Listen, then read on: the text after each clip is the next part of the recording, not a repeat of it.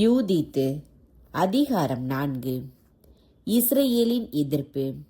அசீரிய மன்னன் நெபுகத்நேசருடைய படைத்தலைவன் ஒலோபெரின் வேற்றினத்தாருக்கு செய்திருந்த அனைத்தையும், அவன் எவ்வாறு அவர்களின் கோவில்கள் எல்லாவற்றையும் சூறையாடி தகர்த்தெறிந்தான் என்பதையும் யூதேயாவில் வாழ்ந்து வந்த இஸ்ரேலர் கேள்விப்பட்டனர்.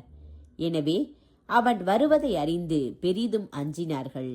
எருசலேமை குறித்தும் தங்கள் கடவுளாகிய ஆண்டவரின் கோவிலை குறித்தும் கலங்கினார்கள். ஏனெனில் சற்று முன்னரே அவர்கள் தங்கள் அடிமை வாழ்விலிருந்து விடுதலை பெற்றிருந்தார்கள். யூதேயா நாட்டு மக்கள் யாவரும் அண்மையில்தான் ஒருங்கிணைக்கப்பட்டிருந்தார்கள். தீட்டுப்பட்டிருந்த தூய கலன்களும் பலிபீடமும் கோவிலும் மீண்டும் தூய்மைப்படுத்தப்பட்டிருந்தன. அவர்கள் சமாரியா நாடு முழுவதற்கும் கோனோ, பெத்ரகோன், பெல்மாயிம், எரிகோ, கோபா, ஐசொரா, சலோம் பள்ளத்தாக்கு ஆகிய நகர்களுக்கும் செய்தி அனுப்பினார்கள். உடனே அவர்கள் உயர்ந்த மலை உச்சிகளை கைப்பற்றி அங்கு இருந்த ஊர்களை காவலரண் செய்து வலுப்படுத்தினார்கள். அவர்களின் வயல்கள் அண்மையிலேயே அறுவடையாகியிருந்ததால் போருக்கு முன்னேற்பாடாக உணவுப் பொருள்களை சேகரித்தார்கள். அக்காலத்தில் எருசலேமில் இருந்த தலைமை குரு யோவாக்கிம் என்பவர் எஸ்திரலோனுக்கு எதிரிலும் தோத்தான் சமவெளிக்கு அருகிலும் அமைத்திருந்த பெத்தூலியா, பெத்மஸ்தாயிம் ஆகிய நகர்களின் மக்களுக்கு மடல் எழுதி அனுப்பினார். யூதேயாவுக்குள் நுழைவதற்குரிய மலைப்பாதைகளை கைப்பற்றுமாறு அவர்களுக்கு கட்டளையிட்டார். ஒரே நேரத்தில் இருவர் மட்டுமே செல்லக்கூடிய அளவுக்கு அவை குறுகியனவாய் இருந்ததால் தாக்குவதற்காக மேலே ஏறி வரும் எவரையும் தடுப்பதற்கு எளியதாயிருந்தது. தலைமை குரு யோவாக்கிமும் எருசலேமில் குழுமியிருந்த இஸ்ரேல் மக்களின் ஆட்சி மன்ற உறுப்பினர்களும் ஆணையிட்டபடியே இஸ்ரேலர் செய்து முடித்தனர். பொது மன்றாட்டும் நோன்பும்.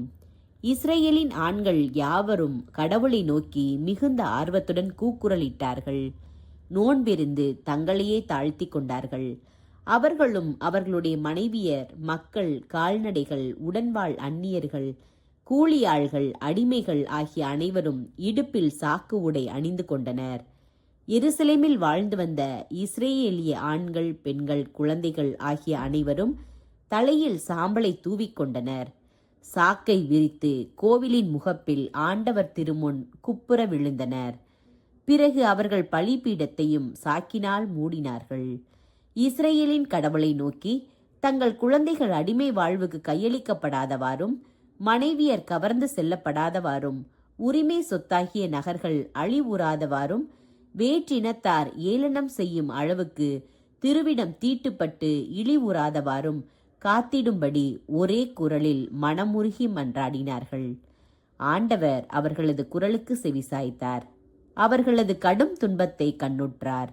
ஏனெனில் யூதேயா முழுவதிலும் எருசலேமில் எல்லாம் வல்ல ஆண்டவரது கோவில் முன்னிலையிலும் மக்கள் பல நாள் நோன்பிருந்தார்கள்.